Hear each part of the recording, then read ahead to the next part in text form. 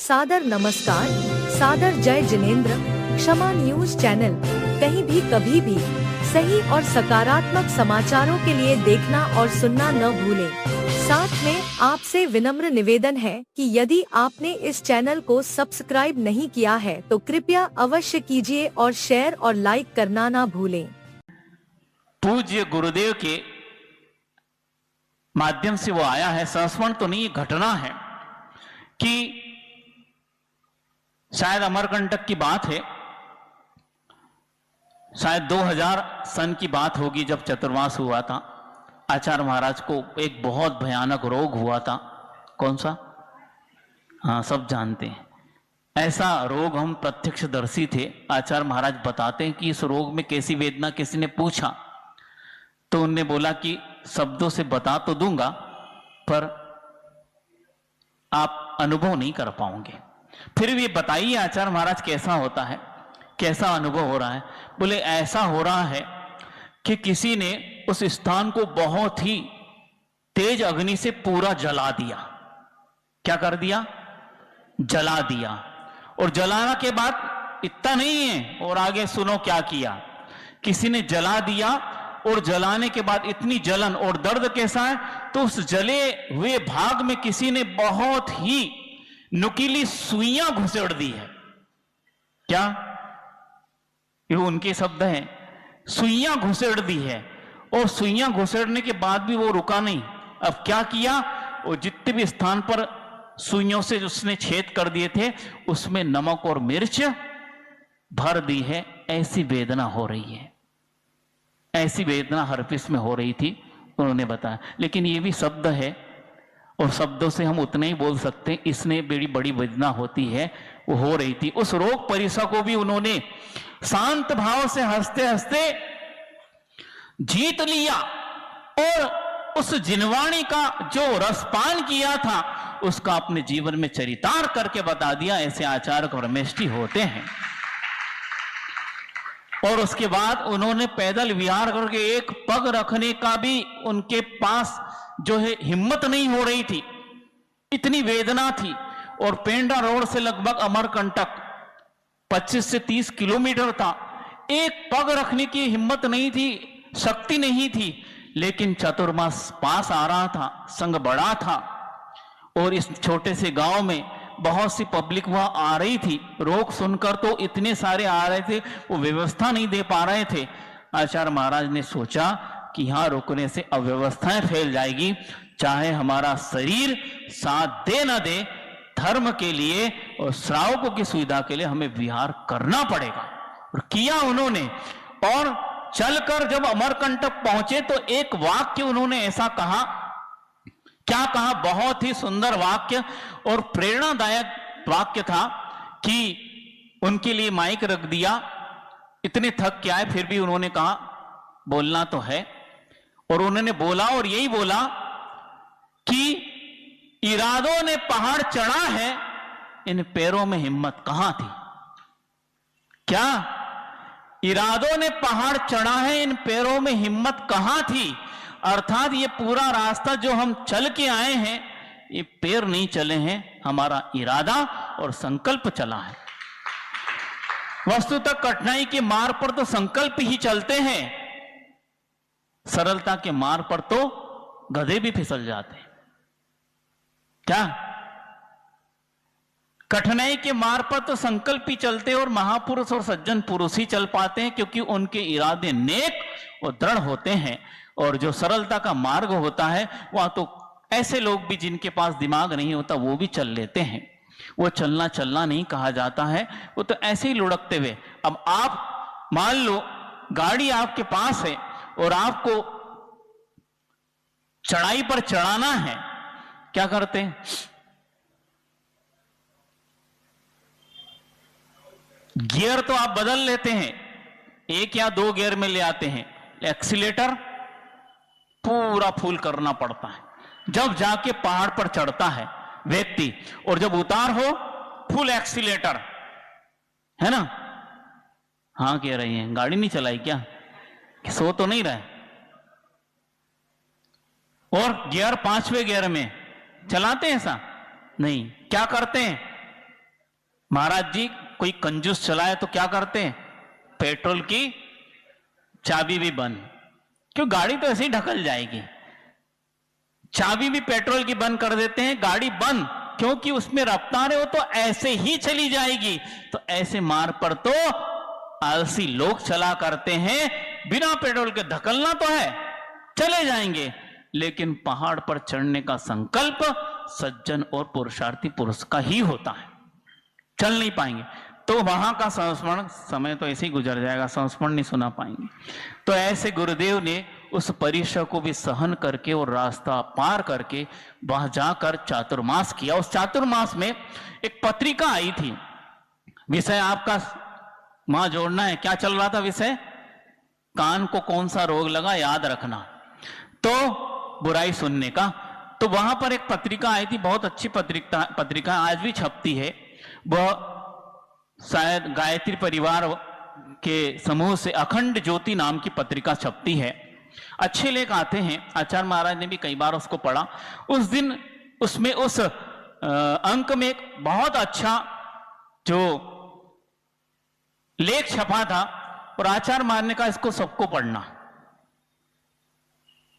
कौन सा लेख था, बहुत अच्छा लेख था, बता दें, पर दोष दर्शन पर दोष कथन, यह हेडिंग था। क्या, पर दोष दर्शन पर दोष कथन, कि दूसरे के दोषों का दर्शन अर्थात देखना और दूसरे के दोषों को कहना, क्या होगा उससे। उसमें बहुत बड़ा लेख था, सार वस्तु बता देते हैं कि दूसरे के दोषों को कहने से और दूसरे के दोषों को देखने से क्या होता है, क्या होता है महाराज जी, हम बिल्कुल साफ हो जाते हैं। दूसरे को दोषों को देखने से और कहने से बिल्कुल साफ हो जाते। कैसे साफ हो जाते हैं, उस व्यक्ति को तो लगता है कि हमने ये नहीं किया होगा, जिसको सुनाओगे आप, दूसरे के दोषों का कथन करोगे, वो सोचेंगे देखो ये कितने सज्जन, ये काम नहीं करते होंगे इसीलिए ऐसा कह रहे होंगे, जबकि उल्टा होता है, सबसे ज्यादा यही करते इसलिए कह के अपने आप को सेफ रख रहे हैं। तो उसमें यही बात थी कि व्यक्ति पर का दोष दर्शन करता है और पर के दोष का कथन करता है, वो व्यक्ति अपने जीवन को कभी शुद्ध और साफ नहीं कर रहा है, प्रति उत्तर वो अपने जीवन को गंदा कर रहा है। वो जितनी मात्रा में दूसरे के दोषों का दर्शन करता है, जितनी मात्रा में दूसरे के दोषों का कथन करता, उससे अधिक मात्रा में वो दोष उसके जीवन में प्रवेश कर जाते हैं, वो उससे ज्यादा गंदा हो जाता है। ये आचार्य महाराज ने बताया, वो लेख सबने पढ़ा भी और बता भी दिया। उसके बाद एक उदाहरण दिया और इतना सटीक उदाहरण दिया कि सबको लगा ये बिल्कुल सही है। उदाहरण दे दें, पर एक आधे वर्ग को बुरा लग जाएगा, लग भी जाए तो क्या होगा, क्या कर लोगे। बहुत अच्छा उदाहरण दिया, और ऐसा नहीं कि आपके लिए सबके लिए है वो, लेकिन आपकी प्रसिद्धि है इसलिए उदाहरण प्रसिद्ध देना चाहिए ताकि सबको समझ में आ जाए। अब उदाहरण आचार्य महाराज ने दिया, जबलपुर में जब हम भी निकलते तो बहुत बड़े बड़े शोरूम हैं, और शोरूम काहे के हैं, हाँ कपड़ा ज्यादा बिकता है और बहुत बड़ी आइटम जो है वो शोरूम में प्रदर्शित करते हैं ताकि व्यक्ति देखे और दुकान के अंदर आ जाए। तो इसी प्रकार कि कोई शोरूम के आगे बहुत अच्छी जो है साड़ी टंगी थी और वहां से प्रतिदिन निकलना था, और क्या निकलना, वहां से आना जाना दिन में कई बार होता था, और वह साड़ी पसंद तो आ गई क्योंकि रोज देख रहे हैं, और रोज जब देखते हैं तो अपने आप वो चीज भाने लगती है, लेकिन उसकी कीमत देखी तो अरे नहीं ठीक नहीं है, अरे अभी तो अच्छी लग रही थी जब तक कीमत नहीं देखी, कीमत का टेग भी लगा रहता ना उसमें, वो बहुत महंगी थी, कुवत के बाहर थी, इसीलिए अरे अच्छी नहीं है, कहां अच्छी लग रही है। हाँ होता है ऐसे ही, ये नाच ना आए आंगन टेढ़ा है, नाचते नहीं आ रहा तो भैया आंगन टेढ़ा हम कैसे नाचे, अरे भैया नाचना ही टेढ़ा हो तो आंगन टेढ़ा क्या होता है, कोई सीधे नाचता है क्या, सब टेढ़े ही नाचते, मतलब नाचने में टेढ़ा होना ही पड़ता है, तो आंगन टेढ़ा हो गया तो क्या बात हो गई। पता ना, क्योंकि नाचते आता नहीं इसलिए आंगन टेढ़ा कहना है। तो इसी प्रकार उनने भी अपने मन को समझा लिया, अरे बहुत खराब है, कहां अच्छी दिख रही है। वो तो ऐसी अच्छा मतलब अचानक देखी थी, अच्छी गौर से देखो तो गौर से क्या दिख रहा है, साड़ी नहीं, वो तो कीमत दिख रही गौर से। वो कीमत देखते ही नहीं अच्छी नहीं है, कोई बात नहीं। एक दिन समझा लिया मन को, 2 दिन समझा लिया है, 3 दिन समझा लिया, कितने दिन समझाओगे। अब ये समझाने लगे ये दुकान वाला दुकान बंद क्यों नहीं कर देता, बार बार ये चीज हमको क्यों दिखा रहा है, ये भाव आ गए। लेकिन क्या हुआ, अपने मन को कितना दबाओगे, उस चीज को प्रतिदिन देख रहे हैं, उस चीज का प्रतिदिन दर्शन हो रहा है। उदाहरण समझना, उस चीज का प्रतिदिन दर्शन हो रहा है। सच बताओ क्या होगा, एक दिन क्या होगा, कुछ नहीं होगा, घर में होगी महाभारत।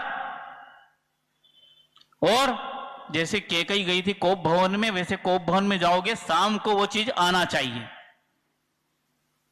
पतिदेव भैया कहां से लाए, कर्जा करके लाओ, पर लाना क्यों, अब वो चीज भाग गई। इतने दिन तक हमने मन को समझाया, इतने दिन तक दर्शन उसके हो रहे हैं, अब वो चीज हमारे मन से हट नहीं रही है, हमारे मन में उसने घर कर लिया, वो चीज आना चाहिए।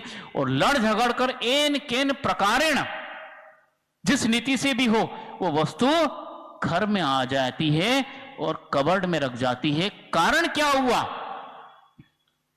बुरा तो नहीं लगा, होता है ना ऐसा, सही सही बताइयो, नहीं होता ऐसा, होता है। साड़ी बहुत अच्छी लग रही, बार बार उसको देखो, लेने के भाव होते हैं और वो घर में आ जाती, भले कीमत कितनी भी हो, चुका कर उस वस्तु को हम ले लेते, उसकी जरूरत नहीं भी है, लेकिन हमारे मन में उसने प्रवेश कर लिया है। ये उदाहरण आचार्य महाराज ने देखा, बिल्कुल सटीक उदाहरण है, ये आपके लिए नहीं इनके लिए भी है। अब मान लो रोज पेपरों में और टीवी पे एडवर्टाइज देख रहे हैं, क्या देख रहे हैं, नया मोबाइल आ गया, लॉन्च हो गया ना, अपने पास रखा है एक जेब में, लेकिन अब लॉन्च हो गया, अरे अच्छा लग रहा है, अब उसको रोज देख रहे हैं, उसका रोज एडवर्टाइज देख रहे हैं, पेपर में छप रहा है, उसके बारे में कई बार सुनते हैं, अच्छा है ऐसा वैसा, मन तो हो ही जाता, होता है कि नहीं, बोलो, आओ तो बोलो। हाँ, ये भी एक बीमारी है, बार बार हैंडसेट बदलने की, और उसको आप रिप्लेस करके नया ले आते और बदलते रहते। तो ये क्या हुआ, उदाहरण इसलिए दिया, आपने उस चीज को बार बार देखा है तो वो चीज आपके हाथ में और आपके पास आ गई, आई कि नहीं। मान लो आप उस चीज को नहीं देखते तो आप लेते क्या, मन भी नहीं ललचाता। जब बार बार आपने उसको देखा तो आपके पास आ गई, आपने उसको ग्रहण कर लिया, स्वीकार कर लिया। इसी प्रकार यदि दोष को बार बार देखोगे और बार बार कथन करोगे तो आपके अंदर जरूर प्रवेश कर जाएंगे, जैसे साड़ी और मोबाइल प्रवेश कर जाते है। सटीक उदाहरण की नहीं, ये आचार्य महाराज ने इसका उदाहरण दिया। इसीलिए परदोष दर्शन से क्या हानि है, सबसे बड़ी हानि है कि तुम उससे बड़े शैतान बन जाओगे जिसके बारे में कह रहे हो। उस दोष दर्शन से परेशानी क्या है, परेशानी कुछ नहीं, बस इतनी सी परेशानी है, वो जितना दोषी है उससे कई गुना दोषी तुम हो जाओगे, क्योंकि तुम्हारे अंदर वो दोष प्रवेश कर जाएंगे, क्योंकि आप बार बार उसका दर्शन कर रहे हो, उसका बार बार कथन कर रहे हो, उस जिह्वा पर बार बार वो चीज ला रहे हो। यदि जो चीज बार बार आती है बंधुओं, उसको सहज गुनगुनाने में आता है। जैसे मान लो कोई गाना बार बार गुनगुनाते हो तो क्या होता है, क्या होता है, अनायास आप किसी काम में लगे हो और आपको पता नहीं और सीधे बोल निकलने लगते हैं और सोचते हैं अरे मैं कैसे गुनगुनाने लगा। भैया जिसकी प्रैक्टिस की वही तो होगा, क्या होगा, जिसकी आपने अभ्यास किया है वही तो आएगा, कोई दूसरा शब्द नहीं आ सकता। यहां तक लिखा है आचार्य परमेष्ठियों ने, और बार बार आचार्य भगवान जब भी भगवान के दर्शन करने जाते थे, दोनों टाइम वंदना करते थे और आहार के लिए भी जब वंदना करते थे, हमने उनके मुख से ये पंक्ति रोज सुनी है, और वह शायद समाधि भक्ति में या शांति भक्ति में आती है। आ बाल्या जिन देव देव भवता श्रीपाद यो सेवया सेवा सत्य विनीय कल्प लतया कालोदया वदगता ताम तस्या फल मर्थ ये तदुना प्राण प्रयाण क्षणे तन्नाम प्रतिबद्ध वर्ण पठने कंठोस्त कुंठो मम। बहुत सुंदर इसमें बात कही भगवान कि बाल्यकाल से लेकर आज मरण तक मैंने आपके पादों की कोई सेवा की है, आपकी भक्ति पूजन किया है, आपकी आराधना की है, आपके गुणों का अनुवाद किया है और सच्चे मन से किया है भगवान। हालांकि मैं फल नहीं चाहता हूं, लेकिन आज चाह रहा हूं। जीवन भर मैंने उसका फल नहीं चाहा, क्योंकि फल के लिए मैंने भक्ति नहीं की, लेकिन आज ये प्राण छूटने को है और आज नहीं, जब भी कभी छूटने को हो भगवान, तो बस यही भावना भाता हूं, मेरी जीवन भर की भक्ति का बस यही फल मिले। क्या मिले? क्योंकि मैंने आपका नाम हमेशा रटा है। कोई पल ऐसा नहीं गया कि मैंने आपका नाम का स्मरण नहीं किया है। लेकिन भगवान, मृत्यु के समय क्या क्या भाव आते पता नहीं, इसीलिए भगवान कि मरण के समय सारी बातों में मेरा कंठ अवरुद्ध हो जाए, सारी बातों के लिए मेरे कान बहरे हो जाएं, सारी बातों के लिए मेरे जिह्वा में लकवा लग जाए, पर भगवान आपके नाम स्मरण से मेरा कंठ अवरुद्ध न हो, आपके नाम सुनने के लिए मेरे कान बहरे न हो और आपका नाम लेते हुए मेरी जिह्वा में लकवा न लगे, बस इतना ही फल चाहता हूं। ऐसे संत जिनके जीवन ही मूलाचार और समय सार है, जिनने प्रति समय केवल विशुद्धि ही अपने जीवन में धारी है, वो व्यक्ति भी भगवान के सामने ये प्रार्थना कर रहा है, हम किस खेत की मूली हैं। उस साधक की साधना का बखान भी हम शब्दों में नहीं कर पाएंगे। वह व्यक्ति भी भगवान के सामने ये प्रार्थना कर रहा है कि भगवान, मृत्यु समय में नहीं, कभी भी किसी भी समय मेरा कंठ अवरुद्ध न हो आपके नाम से। जबकि हमने जीवन भर आपका नाम स्मरण किया है, फिर भी ना हो, और हम जीवन भर यदि बुराई ही करेंगे तो अंत समय में आएगी क्या? हाथ क्या लगेगा बोलो? फिर अंत समय में आ जाते, महाराज जी का हमारी समाधि हो जाए, आओ आओ बैठो, करवा दे रहे हैं। पहले जीवन भर किया क्या? क्या किया? वही तेल नूल लकड़ी, इसमें आत्मा जकड़ी। क्या? तेल लोन और लकड़ी, इसी में तो आत्मा जकड़ी है। जीवन भर तेल और लोन अर्थात रोटी और कपड़ा और मकान में ही जीवन गुजारा है। अब अंत समय में क्या होगा? फिर भी कोई बात नहीं, आ जाओ, अंत भला सब भला। आ तो गए, कम से कम इतनी तो सूद आ गई कि अब हमको सुधरना है, कोई बात नहीं। लेकिन बंधुओं, अपने जीवन को यदि अंत समय तक सुधार कर ले जाना तो इन चीजों से बचना पड़ेगा। जीवन भर हमने उसका यदि कथन किया और उसका दर्शन किया तो अपना जीवन उतना ही मेला आ जाएगा। हाँ, आप अपने जीवन का जब आकलन करेंगे, बढ़िया वृत्ति से जोड़ गुणा घटाव करेंगे, तो जीवन की सारी अच्छाइयां घट जाएगी और सारी बुराइयां आपके पास जुड़कर आ जाएगी। किस चीज का घाटा लगा और किस चीज का फायदा हुआ, यदि ये गुणा भाग करोगे अंत में, तो आपके गुणों का घाटा हो गया और दोष का फायदा हो गया। बहुत अच्छा हुआ ना?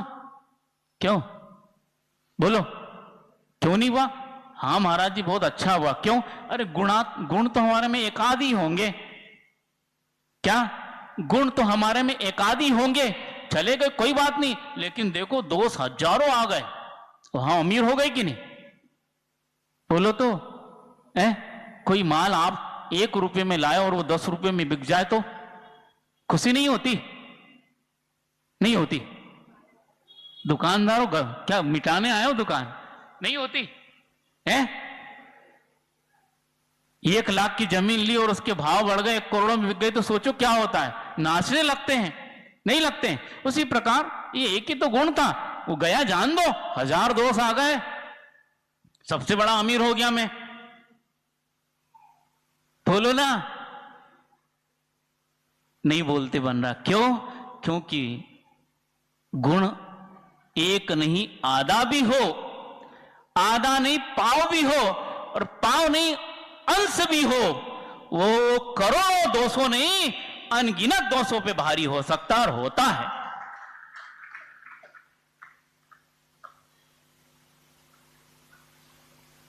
वो कहते ना, कौन सा नक्षत्र या कौन सा मुहूर्त आता है कि वो सारे दोष टाल देता है। इसी प्रकार यह ऐसा गुण, ऐसा मुहूर्त और नक्षत्र है जो आत्मा के सारे दोषों को समाप्त कर सकता है और करता है। इसलिए गुण एक और एक नहीं, उसका अंश भी हमारे अंदर आ जाए तो हमारे सारे दोष नष्ट हो सकते हैं। इसलिए बंधुओं, हमें अपने जीवन को सुरक्षित करना है तो क्या करना है? ये भी एक पंक्ति बोली हमने, वो भजन में तो बहुत सुनाते हैं, कान की, आंख की, हाथ की, पांव की, सब सुनाते हैं, लेकिन अभी समय भी तो है। आज कान सुनाए, कल और देख लेंगे, मतलब आगे नहीं सुनना। महाराज आप तो आंख कान नाक एक कर देते हो, तो करना क्या है? अपने को यही तो करना है, जीवन को यही तो समझना है। बंधु, कान प्राप्त किए हैं, व्यर्थ मत जाने दो। कर्ण इंद्री पंचेंद्री को ही मिलती है, चतुर इंद्री बन जाओगे, क्या होगा? बोलो। तरस जाओगे सुनने को, क्योंकि कान ही नहीं है। कौन सी इंद्री है? कान एक इंद्रिय है तो एक इंद्री, लेकिन उसका कब क्रम आता है? पांचवें अंत में आता है। आज मिले हैं कान, सार्थक करो बंधुओं, नहीं तो आज यदि इस कान का दुरुपयोग किया तो पक्का लिख लो। मैं बद्दुआ नहीं दे रहा, लेकिन कर्म आपने ऐसे किए कि बिना कान के पैदा हो गया। आप किसको सुनोगे? बोलो, किसको सुनोगे? जिह्वा, आपकी जिह्वा तो मिल जाएगी, क्योंकि रसना इंद्री तो मिल जाएगी। खूब चिल्लाओगे तो सही, लेकिन क्या चिल्ला रहे हैं अपने कोई सुनने में नहीं आएगा तो दूसरा क्या होगा? दूसरा सुन रहा है कि नहीं पता ही नहीं चलेगा। मान लो घर में कोई बहरे हो, बहरे मतलब ऊंचा सुनते हो, तो उनसे बात करो तो इतनी ऊंची बोलते हैं कि नहीं? भैया इतनी ऊंची क्यों बोल रहे हो? अरे हमको ही नहीं सुनाई दे रहा कि मैं बोल रहा हूं कि नहीं। उनके शब्द उनको ही नहीं सुनाई दे रहे हैं, तो इसलिए बहुत ऊंचा बोलते हैं ताकि इनको सुनाई दे। वो कहते भैया बहुत तेज बोल रहे, थोड़ा धीरे बोलो, क्योंकि हमारे कान तो ठीक चल रहे हैं, तुम्हारे कान ठीक नहीं है, इसलिए सुनाई नहीं दे रहा। अपना ही शब्द अपने को सुनाई नहीं देता तो व्यक्ति लगता है कि मैं बोल नहीं रहा हूं, इसलिए जोर से बोलता है। तो इसी प्रकार आप बोलोगे तो सही चौर इंद्री होकर, लेकिन सुनाई नहीं देगा कि मैं क्या बोल रहा हूं। क्षमा न्यूज चैनल देखने के लिए आपको बहुत बहुत धन्यवाद। सादर प्रणाम। सादर जय जिनेंद्र।